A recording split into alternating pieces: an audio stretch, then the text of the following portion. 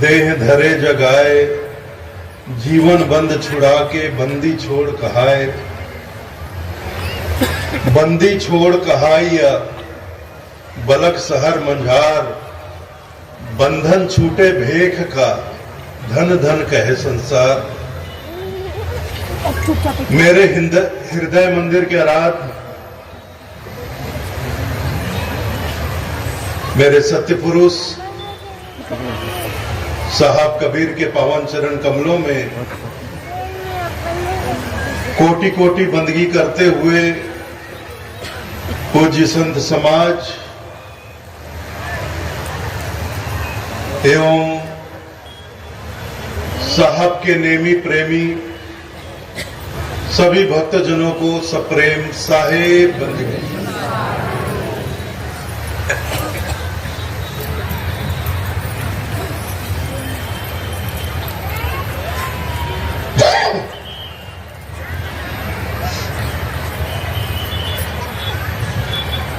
बहुत हर्ष का विषय है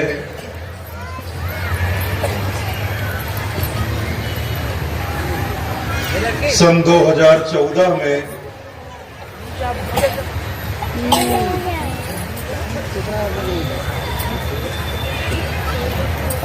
अचानक ही मोबाइल नीचे कर लीजिए, नहीं बोला तभी करेंगे। वो पीछे वाले बिना किसी योजना के परिवचन जो देवा थे बना के मोबाइल भी मार नीचे कर ली, बिना किसी रूपरेखा के 4 आदमी बोल रही तब बहुत टाइम नीचे करो। इस स्थल पर कहाँ देखते कबीर पंथ के 12वें वंशाचार्य प्रातः स्मरणीय परम पूज्य पंसरी हजूर उग्र नाम साहब की स्मृति में संत समागम मेला का आयोजन प्रारंभ हो गया और प्रथम वर्ष से ही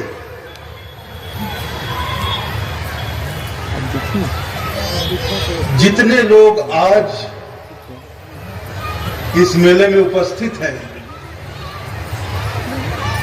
जितना उमंग और उत्साह 8 वर्षों के पश्चात इस 90वें मेले में इस क्षेत्र के लोगों का दिखलाई पड़ रहा है, इतना ही उमंग और उत्साह 8 वर्ष पूर्व प्रथम मेले में भी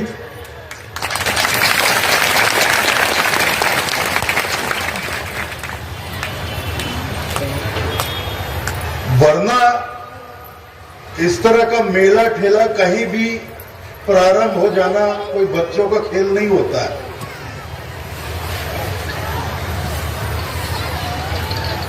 कोई करोड़ों रुपया बहा दे, पैसे से मेला नहीं लगता है। कोई करोड़ों लगाकर करोड़ों फूंक कर सोचे कि मैं मेला लगा दूं,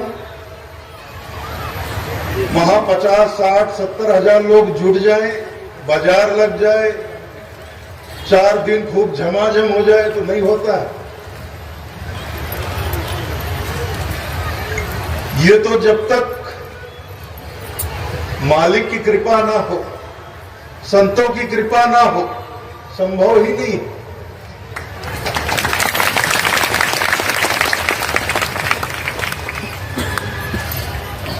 इस क्षेत्र के कबीरपंथियों का विशेष लगाव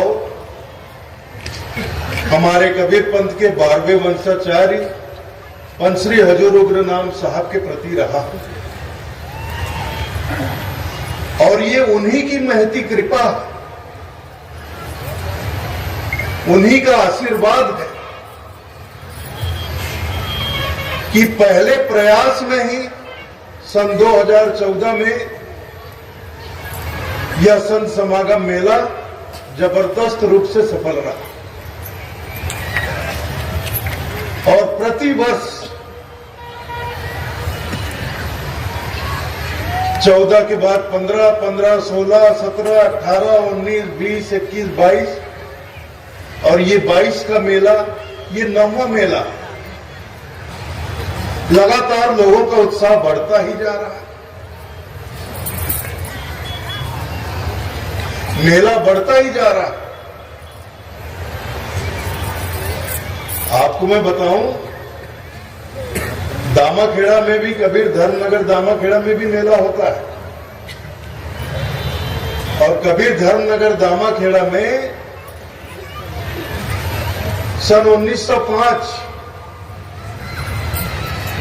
बसंत पंचमी सन 1905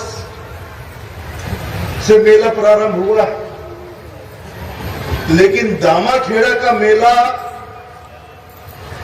इतनी जल्दी, इतने विस्तार पर नहीं आया, नहीं आया। 100 बरस लग गए।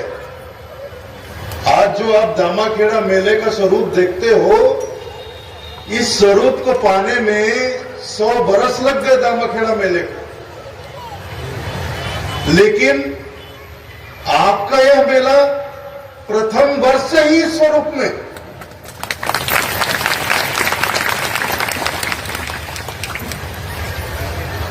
तो साहब के प्रति, बंसरी हजूर उग्र नाम साहब के प्रति आप लोगों का जो स्नेह है, आपके हृदय में जो श्रद्धा है, भक्ति है, विश्वास है, ये उसी का परिणाम है, उसी का फल।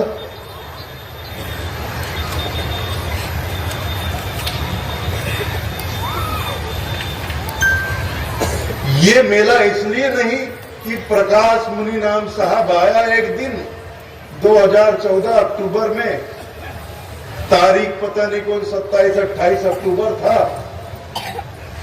क्षेत्र के कुछ लोग आए, 2-3 हजार लोग, यहां निशान पंथ का ध्वजा फहरा दिए, घोषणा कर दिए कि इस साल से मेला चालू, और मेला शुरू हो गया। ऐसे नहीं होता, ये किसी के कह देने से नहीं होता। ये जब तक हमारे मालिक की कृपा ना हो, संतों की कृपा ना हो, संभव ही नहीं है। और जब तक, आप यकीन मानिए, जब तक आप लोग, इस क्षेत्र के लोग मालिक के और संतों के कृपा पात्र बने रहेंगे, तब तक यह मेला एक रत्ती भी कम नहीं होगा, बल्कि हर वर्ष बढ़ता जाएगा।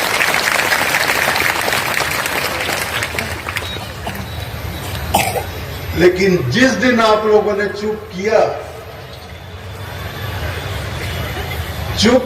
मतलब चूक करना जीवन की सबसे बड़ी भूल है भाई। हमें चूकना नहीं है।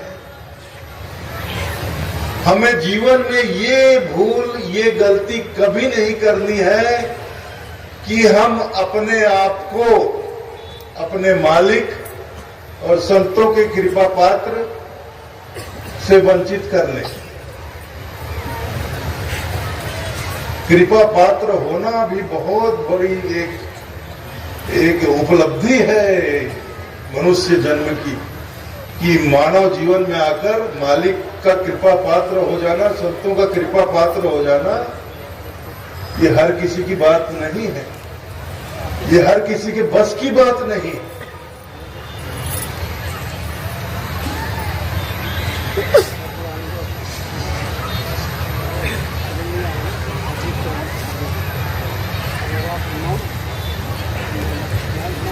तो हमें बहुत संभल कर रहना है।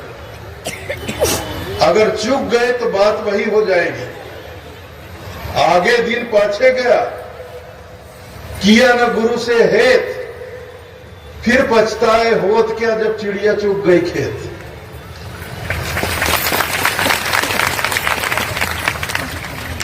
आगे दिन, आने वाला दिन पीछे निकल गया,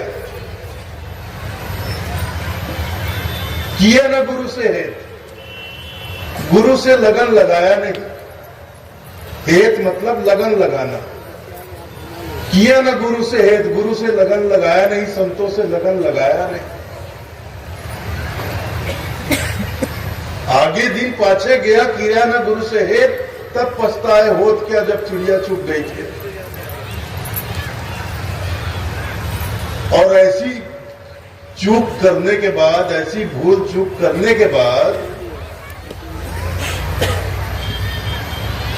फिर सिर पीटने से कुछ नहीं होगा।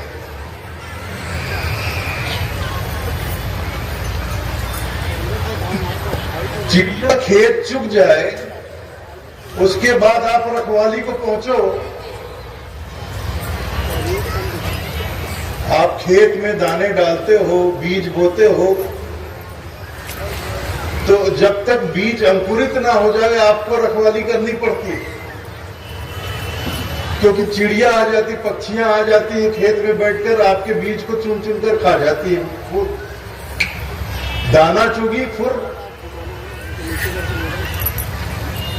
तो फसल ही नहीं उगती खेत में, और इधर बुआई का मौसम भी निकल जाता है। फिर सिर पकड़ रोने से कोई फायदा नहीं। तो इसी बात को साहब समझाते हैं, तब पछताए होत क्या जब चिड़िया चुग गई खेत। तो हमें जीवन में कभी भूल चूक नहीं करनी। हमें गुरु से, हमारे परम सदगुरु तो हमारे परम पिता परमात्मा, हमारे सतपुरुष साहब कबीर है, परम पूज्य पंसरी हजूर रुद्र नाम साहब 12वें वंशाचार्य वंश गुरु हैं, हमारे संत गुरुजन हैं। इनसे हम लगकर नहीं रहेंगे।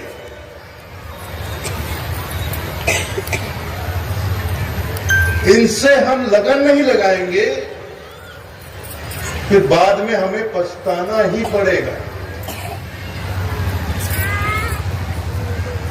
इसीलिए साहब बार बार कहते हैं, संतन के संग लाग रे तेरी अच्छी बनेगी।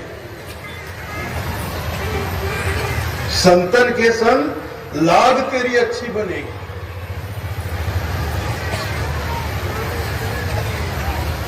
हंसन की गति हंस ही जाने, क्या जाने कोई काग रे, संतन के संग लाग रे तेरी अच्छी बनेगी। तो संतों से हमें लगन लगाकर रखना पड़ेगा, तभी अच्छी बनेगी। अगर लगन लगाकर नहीं रखे तो बनी बुनाई बात बिगड़ जाएगी।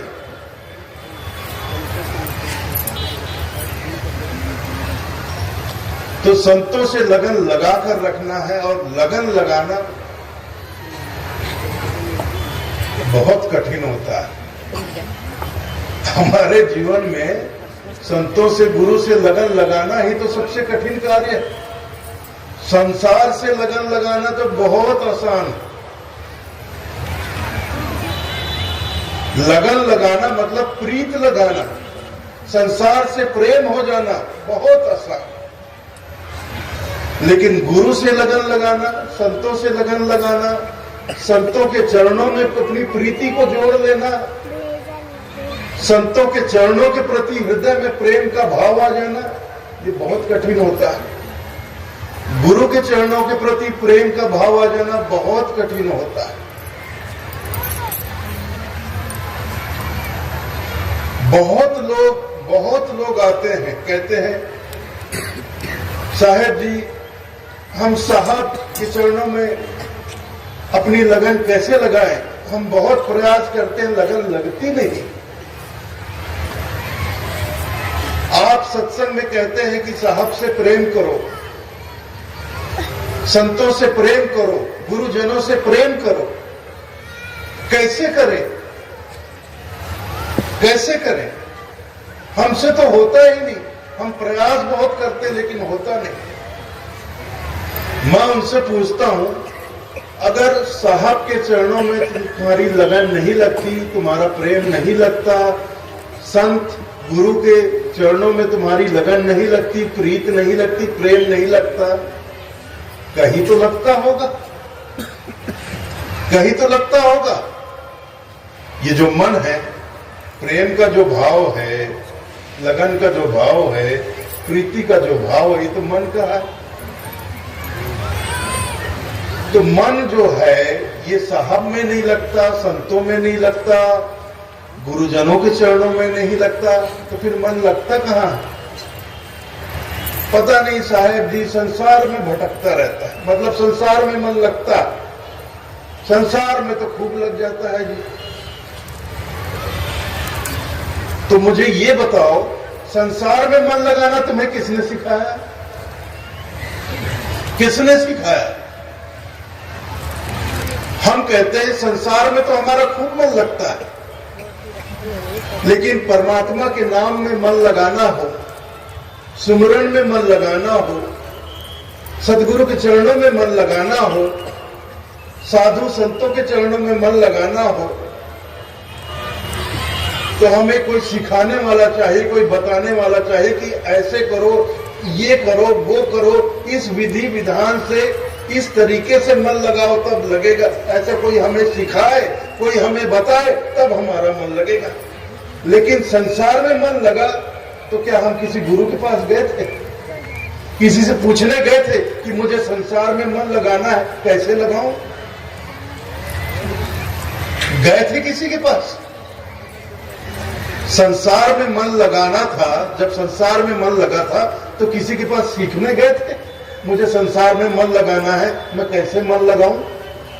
लेकिन परमात्मा के चरणों में मन लगाना हो तो तुम्हें कोई बताने वाला चाहिए, तुम्हें कोई सिखाने वाला चाहिए कि परमात्मा के चरणों में इस तरह से मन लगाओ।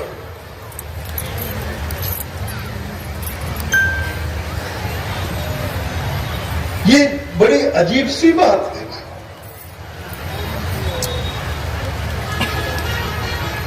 किसी के सिखाने से, किसी के बताने से किसी का मन कहीं नहीं लगता। मन कैसे लगता है? कोई भा जाए, भाने की बात है। जब तक कोई भाएगा नहीं, मन लगेगा नहीं, प्रेम होगा नहीं। जिसकी जहां सुरती लगी, साहब की वाणी है, ध्यान से सुनिएगा, जिसकी जहां सुरती लगी तिसका तहां विश्राम, भावे माया मोह में, भावे आत्म राम। भाने की बात है। माया मोह भाग गया तो हमारी सुरती, हमारा मन, सुरती अर्थात मन, वहां लग जाएगा।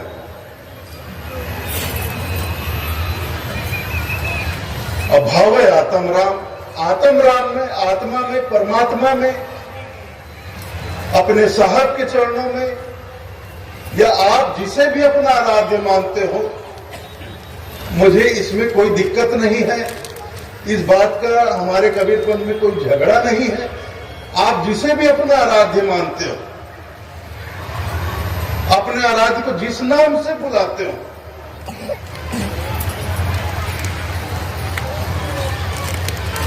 अगर वो भाग गए तो आपका मन उनके चरणों में लगेगा।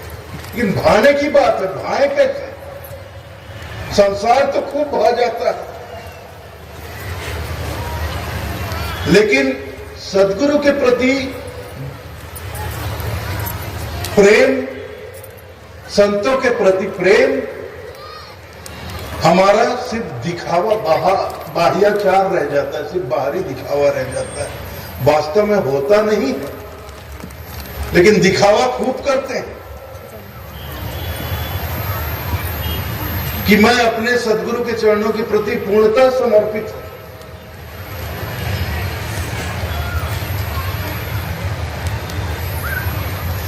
अगर इतना आसान होता, इतना आसान होता कि गुरु के चरणों में लगन लगा लेना, गुरु से लगन लगा लेना, इतना आसान होता, मतलब इतना सहज होता, इतना सुलभ होता, तो सदगुरु कबीर साहब कभी नहीं कहते लगन कठिन मेरे भाई, गुरु से लगन कठिन मेरे भाई। और लगन लगे बिन काज न सरी है, जीव पर ले तर जाई, गुरु से लगन कठिन मेरे भाई। अगर इतना सहज होता गुरु से लगन लगा लेना तो सदगुरु कबीर साहब ये बात, ये वाणी कभी नहीं कहते।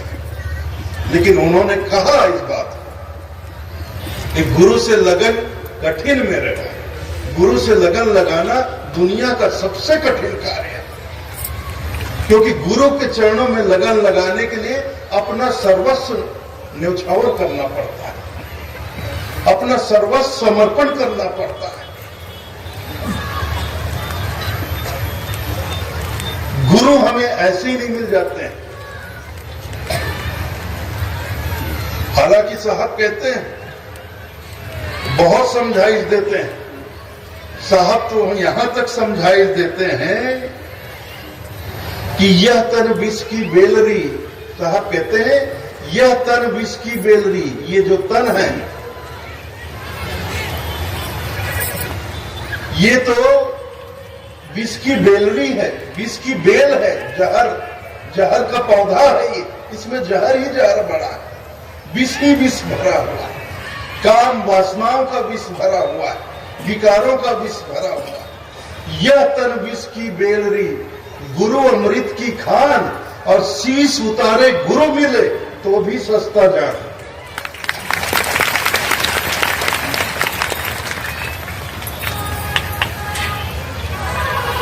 कितना सस्ता सौदा हमें साहब लखा रहे हैं, बता रहे हैं।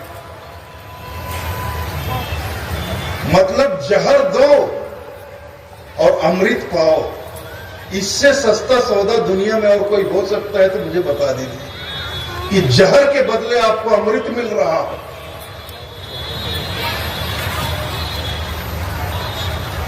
हम तो चलते फिरते विष की बेलरी हैं, विष के खान, और गुरु अमृत के खान है। और शीश उतारे अपने आप को, शीश, शीश अर्थात सर नहीं, ये सर नहीं। देखो ऐसी किसी वाणी का लोग गलत मतलब लगा लेते हैं, गलत अर्थ निकाल लेते हैं, फिर समाज में कुप्रथा चल जाती है। देखो सदगुरु कबीर साहब शीश अर्पण करने की बात कर रहे हैं तो लोग किसी की गर्दन काट के चढ़ा रहे, बलि प्रथा चल जाती है। शीश अर्थात ये शीश, ये शीश अहंकार का प्रतीक है। ये शीश हमारे अंदर जो अहंकार, अहम का भाव, अहम मतलब मैं, हमारे अंदर जो अहम होता है, अहंकार होता है अहम, उसका अर्थात होता है मैं का मैं कौन हूं? मैं आचार्य कबीर पंथ हूं। ऐसा वैसा समझा है क्या? मैं आचार्य कबीर पंथ, ये एक अहंकार का भाव। मैं यहां मुख्यमंत्री, मैं मिनिस्टर, मैं कलेक्टर, मैं डॉक्टर, मैं इंजीनियर, मैं प्रोफेसर, मैं वकील, ये मैं जो होने का भाव है हमारे अंदर कि मैं साधारण आदमी नहीं हूं, मैं कोई छोटा मोटा आदमी नहीं हूं, मैं हूं। कौन हूं? मैं मिनिस्टर हूं, मैं चीफ मिनिस्टर हूं, मैं प्राइम मिनिस्टर हूं,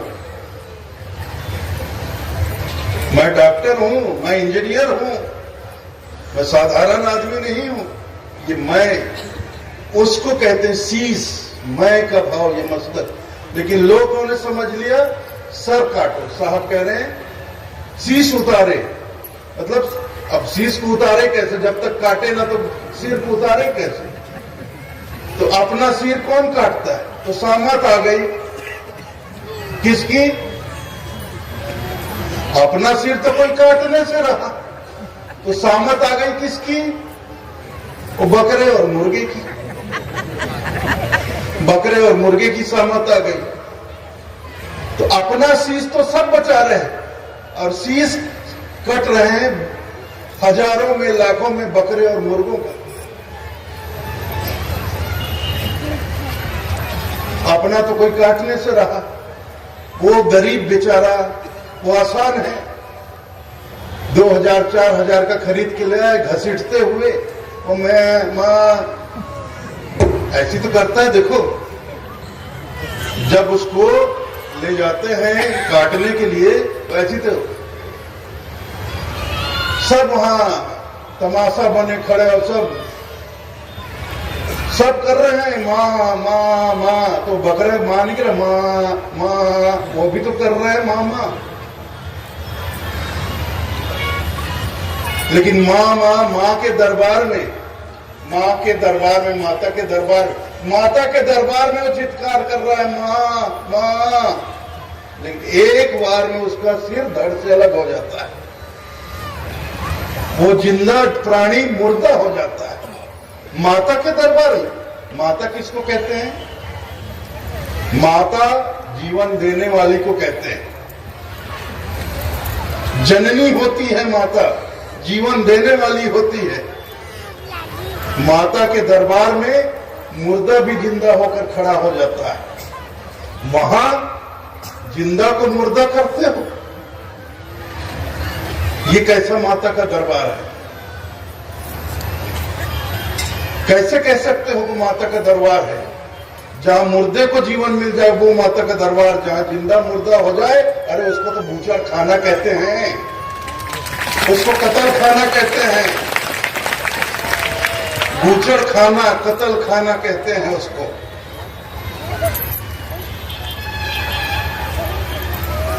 अरे कम से कम मां की तो लाज रखो। क्या तुम इंसान ही मां के संतान हो? और बाकी के प्राणी, इसको किसने बनाया? संसार में बाकी के जो प्राणी है उसको किसने बनाया?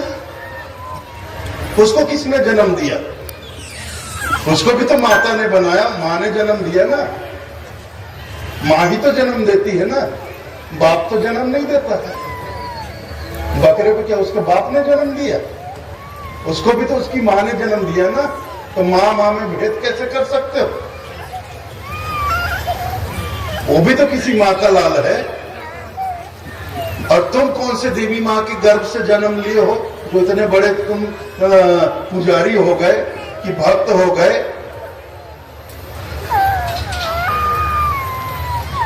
कि दूसरे के लाल को लाकर वहां माता के दरबार में काट रहे हो,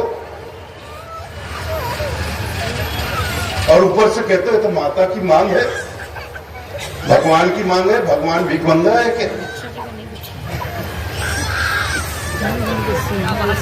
भगवान भिखमंगा है क्या? तुमसे मांगेगा? संसार उसने, पूरा ब्रह्मांड उसने बनाया, संसार उसने बनाया। संसार में जो कुछ भी है सब कुछ उसी ने बनाया और सब कुछ उसी का है। जिसने बनाया सब कुछ उसी का है, तो उसको जब जो चाहिए वो खुद नहीं ले लेगा, तुमसे क्यों मांगेगा? भिखारी, खुद भिखारी हो तो भगवान को भी भिखारी समझते हो।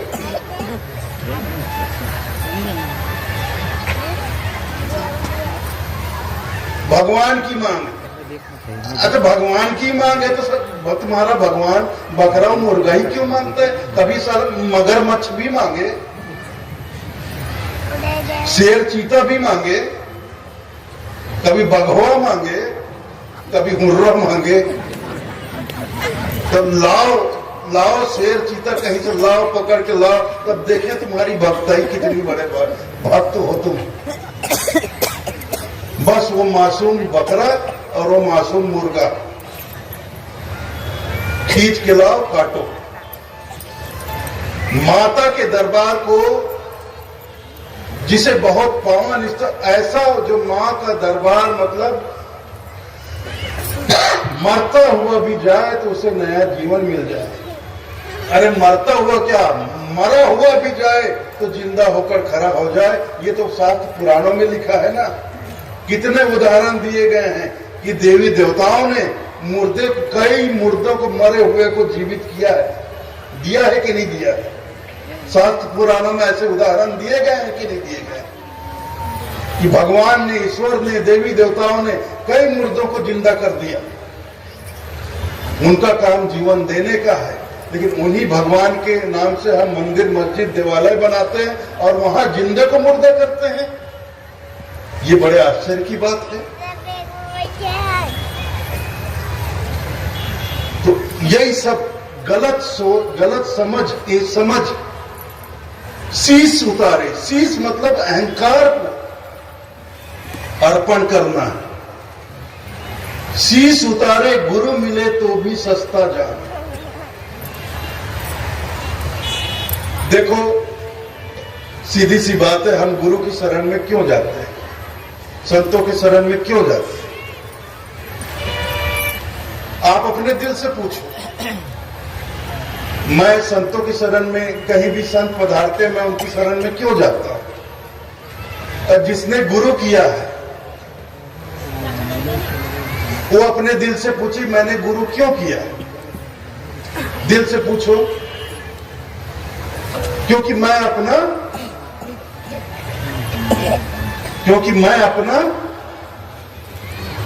उद्धार करना चाहता हूं, कल्याण करना चाहता हूं।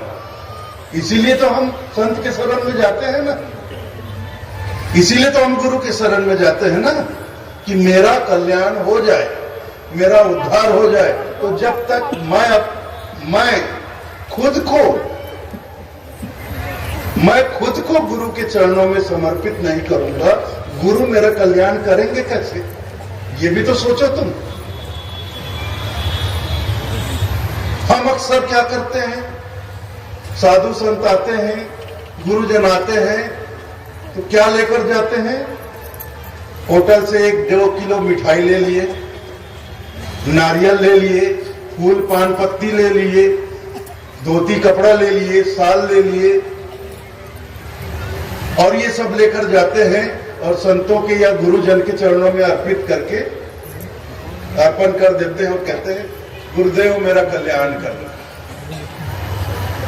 हे प्रभु मेरा कल्याण करना।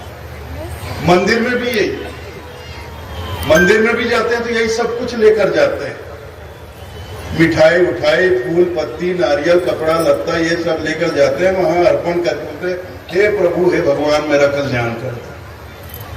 भगवान भी सोचते हैं तेरा कल्याण कैसे करूं बेटा? कल्याण तो उसका कर पाऊंगा जो मेरे चरणों में समर्पित हो।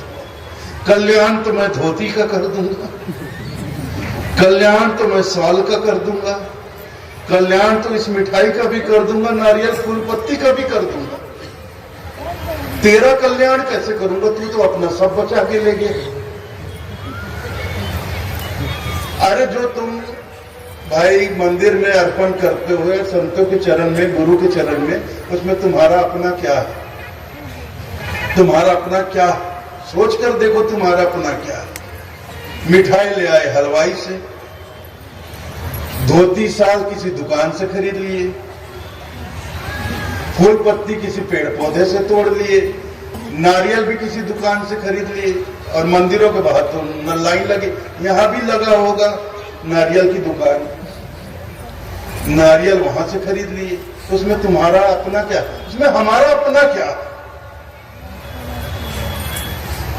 ना मिठाई अपनी, ना फूल पत्ती अपनी, ना नारियल अपना, ना कपड़ा लत्ता हमारा। जो हमारा नहीं है वो सब चरणों में अर्पण कर देते हैं और अपना सब बचाकर कहते हैं मेरा कल्याण कर दे। कैसे मेरा कल्याण होगा? मेरा कल्याण तो उसी दिन होगा जिस दिन मैं स्वयं को, मैं अपने को चरणों में समर्पित करूंगा, उस दिन मेरा कल्याण होगा। तो बात वही है, कैसे करें? लगन लगे तब तो करें, लगन लगता ही नहीं है। दिखावा खूब होता है, दिखावे में कहीं कोई कमी नहीं होती है। और मैं एक किसी पर्टिकुलर किसी संप्रदाय की बात नहीं करता है, किसी धर्म की बात नहीं करता, मैं अपने कबीरपंथ की बात करता हूं जी। हमारे कबीरपंथ में खूब दिखावा है।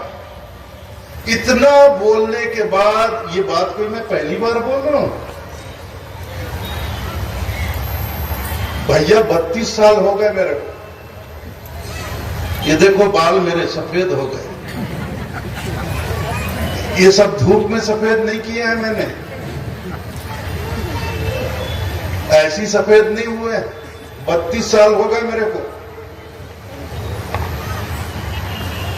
चाहता तो डाई करके भी आ सकता था, लेकिन मैं चाहता था कि आप लोग देखो मैं सयाना हो गया हूं। जब यहां बैठा प्रथम बार 24 बरस का था मैं, 24 बरस का। अब इसलिए डाई नहीं कराया, आप देख लो बाल पक गए मेरे आपको समझाते समझाते। 32 बरस हो गए, 56 साल चल रहा है मेरा।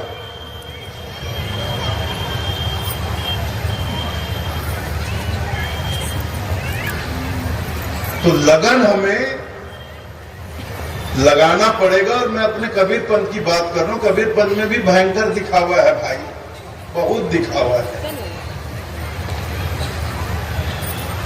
मैं उन लोगों में से नहीं हूं जो दूसरों की बुराई करे, अपना घर छोड़ दे। मैं उस सदगुरु के चरणों में हूं जो कहते हैं बुरा जो देखन मैं चला, बुरा ना मिलिया कोई, जो दिल खोजा अपना मुझसा बुरा ना कोई। तो पहले मैं अपना घर तो ठीक करूं, बाद में दूसरे के घर में झांकूंगा, बोलूंगा। इसलिए मैं सबसे पहले तो अपने कबीरपंथी भाइयों बहनों से हाथ जोड़कर निवेदन करूंगा,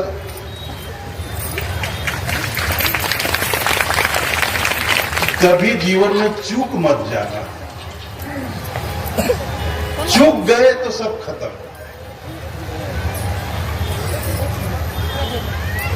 चूकना नहीं, भूल चूक नहीं करनी। ये जो मानव जीवन है, मानव जीवन बहुत दुर्लभ है। अभी मेरे आने के पूर्व पर्वतदास साहब इसी बात को आप सबको समझा रहे थे, मानव जीवन के महत्व को बतला रहे थे। मनुष्य जन्म कितना महत्वपूर्ण है और ये बार बार मिलता भी नहीं। मानुष ऐसा जी रहा मिले न दूजी बार, पक्का फल जो गिर पड़ा तो बहुरी न लागे डार। मानुष जीवन ऐसा है जो दोबारा नहीं मिलता, और फल पक कर एक बार डाल से नीचे गिर जाए तो दोबारा डाल पे कभी नहीं लगता। तो ये दुर्लभ मानव जीवन हमने प्राप्त किया है, तो इसके महत्व को समझें। इसके महत्व को समझकर इस जीवन का सार्थक उपयोग करें। जब इस जीवन का हम सार्थक उपयोग करेंगे तब हमारा जीवन सफल होगा, नहीं तो नहीं होगा। तो अपने सदगुरु की सीख को, हर एक वाणी को, हर एक उनकी शिक्षाओं को, हर एक उनके उपदेशों को, उनके वाणी वचन, आप लोग ही इतना, मैं कुछ नहीं जानता भाई। मैं तो बहुत थोड़े से साखी शब्द जानता हूं। आप लोगों जो बैठे हुए हो ना यहाँ, इनमें बहुत सारे ऐसे लोग हैं जो सैकड़ों में उनको कंठस्थ है, साखी दो है, पद रमैनी खूब गाते हो आप लोग। हमारी माताएं बहनी, हमारी बेटियां बैठी है, देखो किरण दीदी गरबा समिति, किरण दीदी। अब किरण मेरी बेटी है, ये सब भी मेरी बेटियां, ये सब मेरी बेटियां हैं। तो मोर बेटी के बिहाव हो गए, तुम्हारे मन के कब हो ही हो।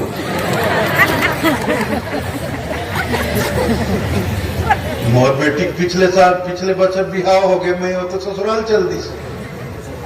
अब तुम मन जल्दी करो, और तुम मन तो मोर बेटी हो। तो अब इनके माता पिता भी सोचे भाई इनके लिए जल्दी देखें, इनको भी जल्दी ब्याह करके इनको अपना घर भेजें। फिर इनके पीछे और नई टीम आएगी, दूसरी टीम आएगी, फिर तीसरी टीम आएगी, ये क्रम तो चलता रहेगा।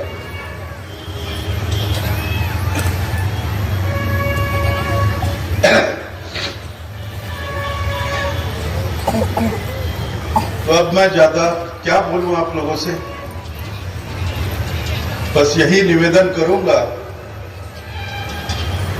कि लगन लगाइए साहब के चरणों में, अपने सदगुरु के चरणों में, साहब कबीर के चरणों में। हमारे सदगुरु तो साहब कबीर हैं, हम उनकी शरण में आए हैं, आ गए हैं तो लगन भी लगाइए। लगन लगाना ही होगा, क्योंकि साहब कहते हैं लगन लगे बिन काज न सरी है। जब तक लगन लगेगी नहीं कार्य सिद्ध नहीं होगा। लगन लगे बिन काज न सरिया, जीव पर ले तर जाई, गुरु से लगन कठिन में पड़े। लगन लगे बिना कार्य सफल नहीं होगा। हम फिर काल के रास्ते में, काल के फंदे में फिर चले जाएंगे और फिर वही 84 का भटकना होगा। तो इस मानव जीवन के महत्व को समझकर इस जीवन में जो भी हम, जिनके भी हम, मैं ये कभी नहीं कहता कि केवल अकेले सदगुरु कबीर, साहब कबीर ही अकेले सदगुरु हैं इस संसार में। और भी बहुत से महान संत हुए, बहुत महापुरुष हुए, बहुत ज्ञानी हुए, ऋषि मुनि हुए। आपकी श्रद्धा जिसके प्रति, आप जिसे अपना सदगुरु मानते हो, अपना आराध्य मानते हो, उनके चरणों में अपनी लगन को लगाइए। लगन लगाएंगे तभी जीवन सफल होगा। तो आप लोगों ने मेरा ये निवेदन बहुत प्रेम पूर्वक और बहुत शांति पूर्वक सुना, इसके लिए मैं आप सभी लोगों का हृदय से आभारी हूं। और कल के कार्यक्रम में संभवतः 1:30-2 बजे छत्तीसगढ़ के सम्माननीय मुख्यमंत्री आदरणीय भूपेश बघेल जी का आगमन होगा। उनके साथ उनके मंत्रिमंडल के कुछ सदस्य भी पधारेंगे। तो हम कल दोपहर 2 बजे के लगभग 1:30-2 बजे पुनः इस मंच पर आएंगे। फिर से आपस में बैठकर थोड़ी बहुत चर्चा करेंगे और अपने मुख्यमंत्री जी को सुनेंगे, उनके क्या विचार हैं। वैसे मैं बता दूं कि मैं आपके इस मेला क्षेत्र के लिए कुछ मांग उनसे रखना चाहता हूं। आपके इस मेला क्षेत्र के लिए, दामाखेड़ा के लिए नहीं, दामाखेड़ा के लिए दामाखेड़ा में घेरूंगा। यहां आ रहे तो यहीं के लिए, यहां दामाखेड़े के लिए कुछ नहीं। तो इसी के साथ मैं आप लोगों से आज्ञा चाहता हूं। सप्रेम साहिब। मालिक के चरणों में